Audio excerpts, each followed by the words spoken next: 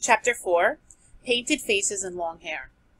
The first rhythm that they became used to was the slow swing from dawn to quick dusk. They accepted the pleasures of morning, the bright sun, the whelming sea and sweet air, as a time when play was good and life so full that hope was not necessary and therefore forgotten.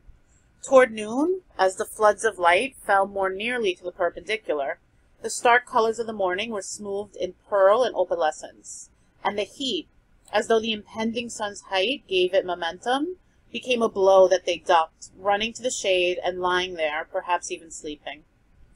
Strange things happened at midday. The glittering sea rose up, moved apart in planes of blatant impossibility. The coral reef and a few stunted palms that clung to the more elevated parts would float up into the sky, would quiver, be plucked apart, run like raindrops on a wire, or be repeated, as in an odd succession of mirrors. Sometimes land loomed where there was no land, and flicked out like a bubble as the children watched. Piggy discounted all this learnedly as a mirage. And since no boy could reach even the reef over the stretch of water where the snapping sharks waited, they grew accustomed to these mysteries and ignored them, just as they ignored the miraculous throbbing stars. At midday, the illusions merged into the sky, and there the sun gazed down like an angry eye. Then, at the end of the afternoon, the mirage subsided, and the horizon became level and blue, and clipped as the sun declined. That was another time of comparative coolness, but menaced by the coming of the dark. When the sun sank, darkness dropped on the island like an extinguisher, and soon the shelters were full of restlessness under the remote stars. Nevertheless, the northern European tradition of work, play, and food right through the day made it possible for them to adjust wholly to this new rhythm. The little one, Percival, had early crawled into a shelter and stayed there for 2 days, talking, singing, and crying, like they thought him batty and were faintly amused. Ever since then he had been peaked, red-eyed, and miserable, a little one who played little and cried often. The smaller boys were known now by the generic title of littluns. The decrease in size from Ralph down was gradual, and though there was a dubious region inhabited by Simon and Robert and Maurice, nevertheless, no one had any difficulty in recognizing big-uns at one end and littluns at the other. The undoubted littluns, those aged about 6, led a quite distinct, and at the same time intense, life of their own. They ate most of the day, picking fruit where they could reach it, and not particular about ripeness and quality. They were used now to stomach aches and a sort of chronic diarrhea. They suffered untold terrors in the dark and huddled together for comfort. Apart from food and sleep, they found time for play, aimless and trivial, in the white sand by the bright water. They cried for their mothers, much less often than might have been expected. They were very brown and filthily dirty. They obeyed the summons of the conch, partly because Ralph blew it, and he was big enough to be in link with the adult world of authority, and partly because they enjoyed the entertainment of the assemblies. But otherwise they seldom bothered with the big-uns, and they're passionately emotional, and corporate life was their own. They had built castles in the sand at the bar of the little river. These castles were about 1 foot high, and were decorated with shells, withered flowers, and interesting stones. Round the castles was a complex of marks, tracks, walls, railway lines, that were of significance only if inspected with the eye at beach level. The littluns played here, if not happily, at least with absorbed attention, and often as many as 3 of them would play the same game together. 3 were playing here now. Henry was the biggest of them. He was also a distant relative of that other boy, whose mulberry-marked face had not been seen since the evening of the Great Fire. But he was not old enough to understand this, and if he had been told that the other boy had gone home in an aircraft, he would have accepted the statement without fuss or disbelief. Henry was a bit of a leader this afternoon, because the other 2 were Percival and Johnny, the smallest boys on the island. Percival was mouse-colored, and had not been very attractive even to his mother. Johnny was well-built, with fair hair and a natural belligerence. Just now he was being obedient because he was interested, and the 3 children, kneeling in the sand, were at peace. Roger and Maurice came out of the forest. They were relieved from duty at the fire, and had come down for a swim. Roger led the way straight through the castles, kicking them over, burying the flowers, scattering the chosen stones. Maurice followed, laughing, and added to the destruction. The three littluns paused in their game and looked up. As it happened, the particular marks in which they were interested had not been touched, so they made no protest. Only Percival began to whimper with an eye full of sand, and Maurice hurried away. In his other life, Maurice had received chastisement for filling a younger eye with sand. Now, though there were no parent to let fall a heavy hand, Maurice still felt the unease of wrongdoing. At the back of his mind formed the uncertain outlines of an excuse. He muttered something about a swim and broke into a trot. Roger remained, watching the littluns.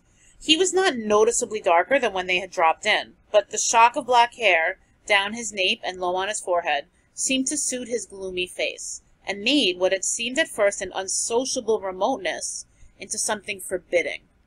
Percival finished his whimper and went on playing, for the tears had washed the sand away. Johnny watched him with china blue eyes, then began to fling up sand in a shower, and presently Percival was crying again. When Henry tired of his play and wandered off along the beach, Roger followed him, keeping beneath the palms and drifting casually in the same direction. Henry walked at a distance from the palms and the shade because he was too young to keep himself out of the sun. He went down the beach and busied himself at the water's edge. The great Pacific tide was coming in, and every few seconds the relatively still water of the lagoon heaved forward an inch. There were creatures that lived in this last fling of the sea, tiny transparencies that came questing in with the water over the hot, dry sand. With impalpable organs of sense, they examined this new field. Perhaps food had appeared where at last incursion there had been none. Bird droppings, insects perhaps, any of the strewn detritus of landward life. Like a myriad of tiny teeth in a saw, the transparencies came scavenging over the beach. This was fascinating to Henry. He poked about with a bit of stick that itself was wave-worn and whitened and vagrant, and tried to control the motions of the scavengers. He made little tunnels that the tide filled and tried to crowd them with creatures. He became absorbed beyond mere happiness as he felt himself exercising control over living things. He talked to them, urging them, ordering them. Driven back by the tide, his footprints became bays in which they were trapped and gave him the illusion of mastery. He squatted on his hams at the water's edge, bowed, with a shock of hair falling over his forehead and past his eyes, and the afternoon sun emptied down invisible arrows. Roger waited too. At first he had hidden behind a great palm, but Henry's absorption with the transparencies was so obvious that at last he stood out in full view. He looked along the beach. Percival had gone off, crying, and Johnny was left in triumphant possession of the castles. He sat there crooning to himself and throwing sand at an imaginary Percival. Beyond him, Roger could see the platform and the glints of spray where Ralph and Simon and Piggy and Maurice were diving in the pool. He listened carefully, but could only just hear them. A sudden breeze shook the fringe of palm trees, so that the fronds tossed and fluttered. 60 feet above Roger, several nuts, fibrous lumps as big as rugby balls, were loosed from their stems. They fell about him with a series of hard thumps, and he was not touched. Roger did not consider his escape, but looked from the nuts to Henry, and back again. The subsoil beneath the palm trees was a raised beach, and generations of palms had worked loose in this the stones that had lain on the sands of another shore. Roger stooped, picked up a stone, aimed, and threw it at Henry. Threw it to miss. The stone, that token of preposterous time, bounced 5 yards to Henry's right and fell in the water. Roger gathered a handful of stones and began to throw them. Yet there was a space round Henry, perhaps 6 yards in diameter, into which he dare not throw. Here, invisible yet strong, was the taboo of the old life. Round the squatting child was the protection of parents and school and policemen and the law. Roger's arm was conditioned by a civilization that knew nothing of him and was in ruins. Henry was surprised by the plopping sounds in the water. He abandoned the noiseless transparencies and pointed at the center of the spreading rings like a setter. This side and that the stones fell, and Henry turned obediently, but always too late to see the stones in the air. At last he saw one and laughed, looking for the friend who was teasing him. But Roger had whipped behind the palm again, was leaning against it, breathing quickly, his eyelids fluttering. Then Henry lost interest in stones and wandered off. Roger! Jack was standing under a tree about 10 yards away. When Roger opened his eyes and saw him, a darker shadow crept beneath the swarthiness of his skin. But Jack noticed nothing. He was eager, impatient, beckoning, so that Roger went to him. There was a small pool at the end of the river, dammed back by sand and full of whitewater lilies and needle-like reeds. Here Sam and Eric were waiting, and Bill. Jack, concealed from the sun, knelt by the pool and opened the 2 large leaves that he carried. One of them contained white clay and the other red. By them lay a stick of charcoal brought down from the fire. Jack explained to Roger as he worked. "They don't smell me. They see me, I think. Something pink under the trees." He smeared on the clay. "If only I'd some green." He turned a half-concealed face up to Roger and answered the incomprehension of his gaze. "For hunting. Like in war, dazzle paints, like things trying to look like something else." He twisted in the urgency of telling, "like moss on a tree trunk." Roger understood and nodded gravely. The twins moved toward Jack and began to protest timidly about something. Jack waved them away. "Shut up." He rubbed the charcoal stick between the patches of red and white on his face. "No, you 2 come with me." He peered at his reflection and disliked it. He bent down, took up a double handful of lukewarm water, and rubbed the mess from his face. Freckles and sandy eyebrows appeared. Roger smiled unwillingly. "You don't look half a mess." Jack planned his new face. He made one cheek and one eye socket white. Then he rubbed red over the other half of his face and slashed a black bar of charcoal across from his right ear to left jaw. He looked in the pool for his reflection, but his breathing troubled the mirror. "Sam and Eric, get me a coconut, an empty one." He knelt, holding the shell of water. A rounded patch of sunlight fell on his face, and a brightness appeared in the depths of the water. He looked in astonishment, no longer at himself, but at an awesome stranger. He split the water and leapt to his feet, laughing excitedly. Besides the pool, his sinewy body held up a mask that drew their eyes and appalled them. He began to dance, and his laughter became a bloodthirsty snarling. He capered toward Bill, and the mask was a thing of its own, behind which Jack hid, liberated from shame and self-consciousness. The face of red and white and black swung through the air and jiggered toward Bill. Bill started up laughing. Then suddenly he fell silent and blundered away through the bushes. Jack rushed toward the twins. "The rest are making a line. Come on." "Come on.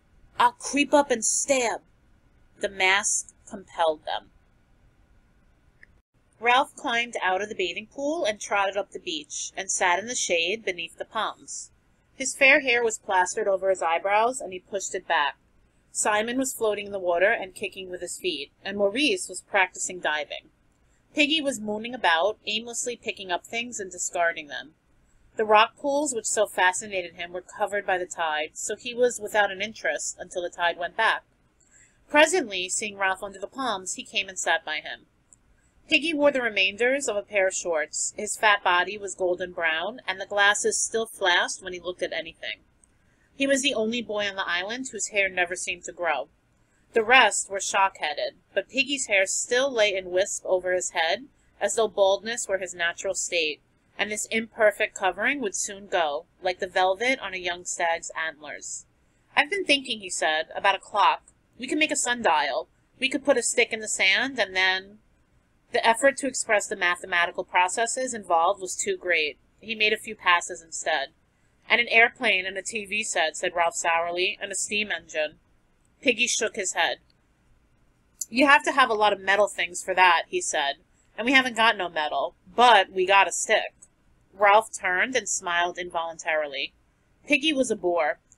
His fat, his asthma, and his matter-of-fact ideas were dull, but there was always a little pleasure to be got out of pulling his leg, even if one did it by accident. Piggy saw the smile and misinterpreted it as friendliness. There had been grown up tacitly among the Biggins the opinion that Piggy was an outsider, not only by accent, which did not matter, but by fat and asthma and specs, and a certain disinclination for manual labor. Now, finding that something he had said made Ralph laugh, he rejoiced and pressed his advantage. We got a lot of sticks. We could have a sundial each. Then we should know what the time was. A fat lot of good that would be. You said you wanted things done, so as we could be rescued. Oh, shut up. He leapt to his feet and trotted back to the pool, just as Maurice did a rather poor dive. Ralph was glad of a chance to change the subject. He shouted as Maurice came to the surface, "Belly flop! Belly flop!" Maurice flashed a smile at Ralph, who slid easily into the water. Of all the boys, he was the most at home there, but today, irked by the mention of rescue, the useless footling mention of rescue, even the green depths of water and the shattered golden sun held no balm. Instead of remaining and playing, he swam with steady strokes under Simon and crawled out of the other side of the pool to lie there, sleek and streaming like a seal. Piggy, always clumsy, stood up and came to stand by him, so that Ralph rolled on his stomach and pretended not to see. The mirages had died away, and gloomily he ran his eye along the taut blue line of the horizon. The next moment he was on his feet and shouting, "Smoke! Smoke!" Simon tried to sit up in the water and got a mouthful. Maurice, who had been standing ready to dive, swayed back on his heels, made a bolt for the platform, then swerved back to the grass under the palms. There he started to pull on his tattered shorts, to be ready for anything. Ralph stood, one hand holding back his hair, the other clenched. Simon was climbing out of the water. Piggy was rubbing his glasses on his shorts and squinting at the sea. Maurice had got both legs through one leg of his shorts. Of all the boys, only Ralph was still. "I can't see no smoke," said Piggy incredulously. "I can't see no smoke. Ralph, where is it?" Ralph said nothing. Now both his hands were clenched over his forehead, so that the fair hair was kept out of his eyes. He was leaning forward, and already the salt was whitening his body. "Ralph, where's the ship?" Simon stood by, looking from Ralph to the horizon. Maurice's trousers gave way with a sigh, and he abandoned them as a wreck, rushed toward the forest, and then came back again. The smoke was a tight little knot on the horizon, and was uncoiling slowly. Beneath the smoke was a dot that might be a funnel. Ralph's face was pale as he spoke to himself. "They'll see our smoke." Piggy was looking in the right direction now. "It doesn't look much." He turned round and peered up the mountain. Ralph continued to watch the ship ravenously. Color was coming back into his face. Simon stood by him, silent. "I know I can't see very much," said Piggy, "but have we got any smoke?" Ralph moved impatiently, still watching the ship. "The smoke on the mountain." Maurice came running and stared out to sea. Both Simon and Piggy were looking up at the mountain. Piggy screwed up his face, but Simon cried out as though he had heard himself. "Ralph! Ralph!" The quality of his speech twisted Ralph on the sand. "You tell me," said Piggy anxiously. "Is there a signal?" Ralph looked back at the dispersing smoke in the horizon, then up at the mountain. "Ralph, please! Is there a signal?" Simon put out his hand, timidly, to touch Ralph, but Ralph started to run, splashing through the shallow end of the bathing pool, across the hot white sand and under the palms. A moment later he was battling with the complex undergrowth that was already engulfing the scar. Simon ran after him, then Maurice. Piggy shouted, "Ralph! Please, Ralph!" Then he too started to run, stumbling over Maurice's discarded shorts before he was across the terrace. Behind the four boys, the smoke moved gently along the horizon, and on the beach Henry and Johnny were throwing sand at Percival, who was crying quietly again, and all three were in complete ignorance of the excitement. By the time Ralph had reached the landward end of the scar, he was using precious breath to swear. He did desperate violence to his naked body among the rasping creepers, so that blood was sliding over him. Just where the steep ascent of the mountain began, he stopped. Maurice was only a few yards behind him.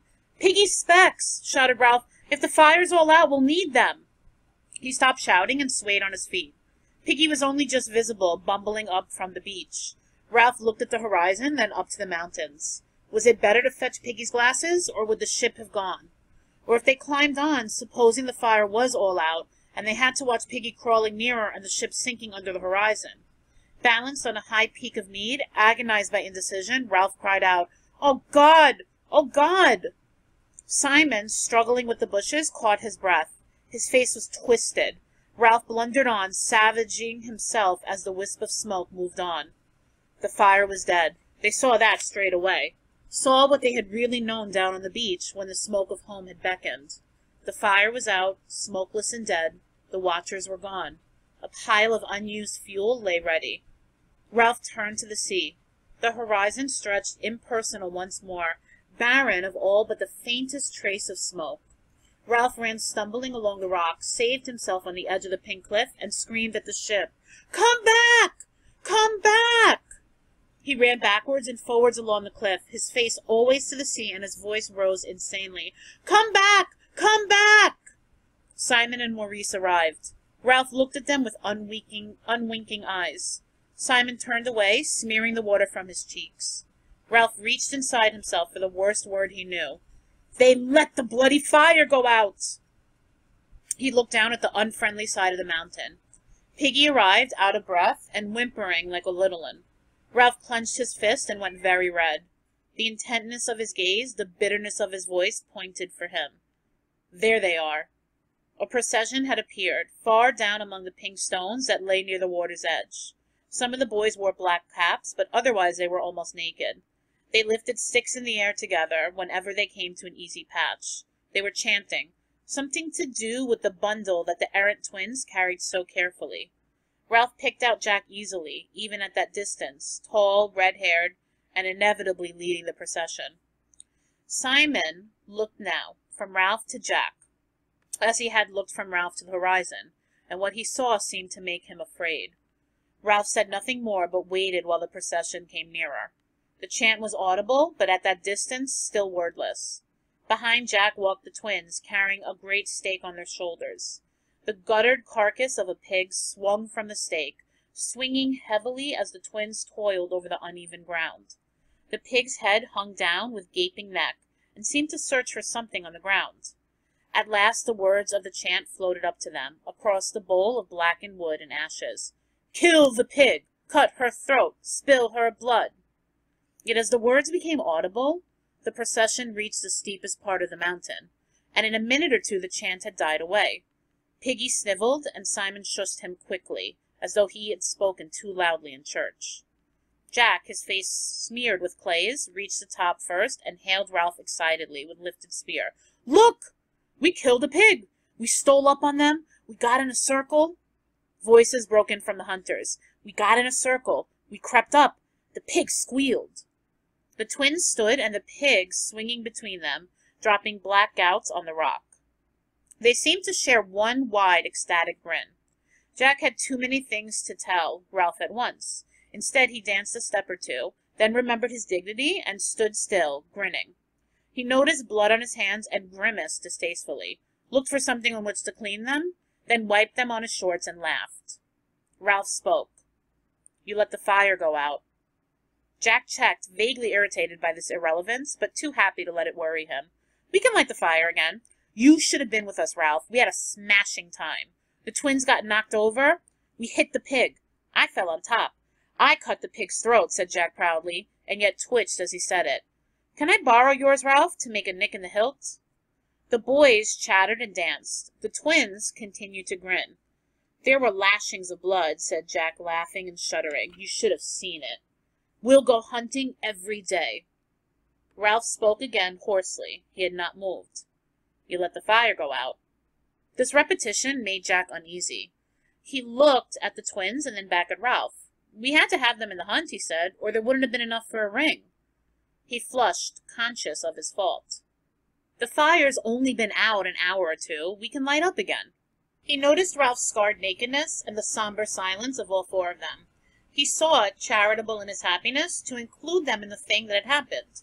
His mind was crowded with memories of the knowledge that had come to them when they closed in on the struggling pig, knowledge that they had outwitted a living thing, imposed their will upon it, taken away its life like a long, satisfying drink. He spread his arms wide. "You should have seen the blood." The hunters were more silent now, but at this they buzzed again. Ralph flung back his hair. One arm pointed at the empty horizon. His voice was loud and savage, and struck them into silence. There was a ship. Jack, faced at once with too many awful implications, ducked away from them. He laid a hand on the pig and drew his knife. Ralph brought his arm down, fists clenched, and his voice shook. "There was a ship, out there. You said you'd keep the fire going, and you'd let it out."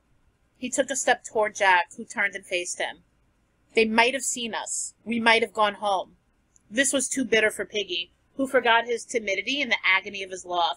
He began to cry out shrilly, "You and your blood, Jack Meridew! You and your hunting! We might have gone home!" Ralph pushed Piggy to one side. "I was chief, and you were going to do what I said.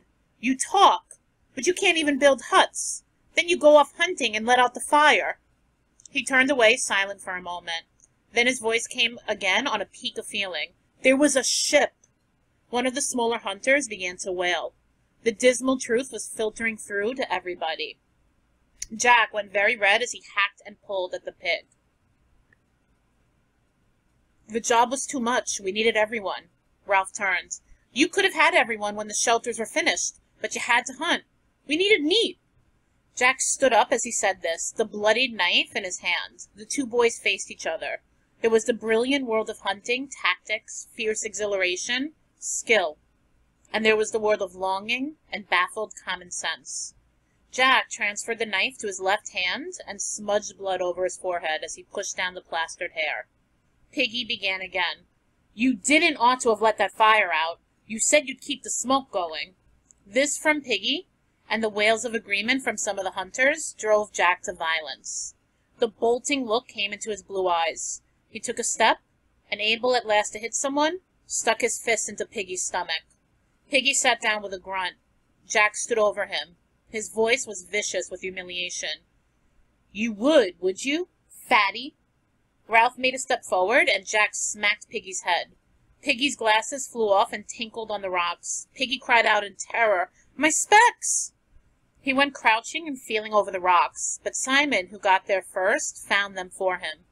Passions beat about Simon on the mountaintop with awful wings. One side's broken. Piggy grabbed and put on the glasses. He looked malevolently at Jack. "I got to have them specs. Now I only got one eye. Just you wait." Jack made a move toward Piggy, who scrambled away till a great rock lay between them. He thrust his head over the top and glared at Jack through his one flashing glass. "Now I only got one eye. Just you wait." Jack mimicked the whine and scrambled, "Just you wait, yeah." Piggy and the parody were so funny that the hunters began to laugh. Jack felt encouraged. He went on scrambling, and the laughter rose to a gale of hysteria. Unwillingly, Ralph felt his lips twitch. He was angry with himself for giving way. He muttered, "That was a dirty trick." Jack broke out his gyration and stood facing Ralph. His words came in a shout. All right, all right." He looked at Piggy, at the hunters, at Ralph. "I'm sorry. About the fire, I mean. There. He drew himself up. "I apologize." The buzz from the hunters was one of admiration at this handsome behavior. Clearly they were of the opinion that Jack had done the decent thing, had put himself in the right by his generous apology, and Ralph, obscurely, in the wrong. They waited for an appropriately decent answer. Yet Ralph's throat refused to pass one. He resented, as an addition to Jack's misbehavior, this verbal trick. The fire was dead. The ship was gone. Could they not see? Anger instead of decency passed his throat. That was a dirty trick. They were silent on the mountaintop while the opaque look appeared in Jack's eyes and passed away. Ralph's final word was an ingracious mutter. "All right, light the fire." With some positive action before them, a little of the tension died.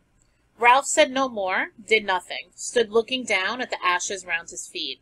Jack was loud and active. He gave orders, sang, whistled, threw remarks at the silent Ralph, remarks that did not need an answer, and therefore could not invite a snub. And still Ralph was silent. No one, not even Jack, would ask him to move. And in the end they had to build the fire 3 yards away and in a place not really as convenient. So Ralph asserted his chieftainship, and could not have chosen a better way if he had thought for days. Against his weapon, so indefinable and so effective, Jack was powerless and raged without knowing why. By the time the pile was built, they were on different sides of a high barrier. When they had dealt with the fire, another crisis arose. Jack had no means of lighting it. Then, to his surprise, Ralph went to Piggy and took the glasses from him. Not even Ralph knew how a link between him and Jack had been snapped and fastened elsewhere. "I'll bring 'em back." "I'll come too." Piggy stood behind him, islanded in a sea of meaningless color, while Ralph knelt and focused the glossy spot. Instantly the fire was alight. Piggy held out his hands and grabbed the glasses back. Before these fantastically attractive flowers of violet and red and yellow, unkindness melted away. They became a circle of boys round the campfire, and even Piggy and Ralph were half drawn in. Soon, some of the boys were rushing down the slope for more wood, while Jack hacked the pig. They tried holding the whole carcass on a stake over the fire, but the steak burned more quickly than the pig roasted. In the end, they skewered bits of meat on branches and held them in the flames, and even then almost as much boy was roasted as meat. Ralph's mouth watered. He meant to refuse meat, but his past diet of fruits and nuts, with an odd crab or fish, gave him too little resistance. He accepted a piece of half-raw meat and gnawed it like a wolf. Piggy spoke, also dribbling. "Aren't I having none?" Jack had meant to leave him in doubt, as an assertion of power. But Piggy, by advertising his omission, made more cruelty necessary. "You didn't hunt." "No more did Ralph," said Piggy wetly, "nor Simon," he amplified. "There isn't more than a ha'porth of meat in a crab." Ralph stirred uneasily. Simon, sitting between the twins and Piggy, wiped his mouth and shoved his piece of meat over the rocks to Piggy, who grabbed it. The twins giggled, and Simon lowered his face in shame. Then Jack leapt to his face, slashed off a great hunk of meat, and flung it down at Simon's feet. "Eat, damn you!" He glared at Simon. "Take it!" He spun on his heel, center of a bewildered circle of boys. "I got you meat!" Numberless and inexpressible frustrations combined to make his rage elemental and awe-inspiring. "I painted my face. I stole up. Now you eat, all of you. And I—" Slowly the silence on the mountaintop deepened till the click of the fire and the soft hiss of the roasting meat could be heard clearly. Jack looked round for understanding, but found only respect. Ralph stood among the ashes of the signal fire, his hands full of meat, saying nothing. Then, at last, Maurice broke the silence. He changed the subject to the only one that could bring the majority of them together. "Where did you find the pig?" Roger pointed down the unfriendly side. "They were there, by the sea." Jack, recovering, could not bear to have his story told. He broke in quickly. "We spread round. I crept on hands and knees. The spears fell out because they hadn't barbs on.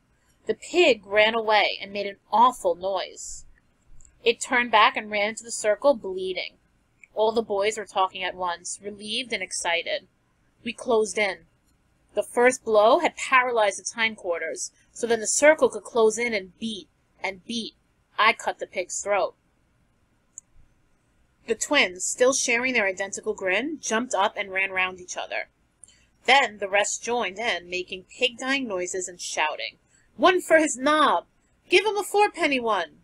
Then Maurice pretended to be the pig and ran squealing into the center, and the hunters, circling still, pretended to beat him. As they danced, they sang, "Kill the pig! Cut her throat! Bash her in!" Ralph watched them, envious and resentful. Not till they flagged and the chant died away did he speak. "I'm calling an assembly." One by one they halted and stood watching him. With the conch, "I'm calling a meeting, even if we have to go on into the dark, down on the platform. When I blow it. Now." He turned away and walked off down the mountain.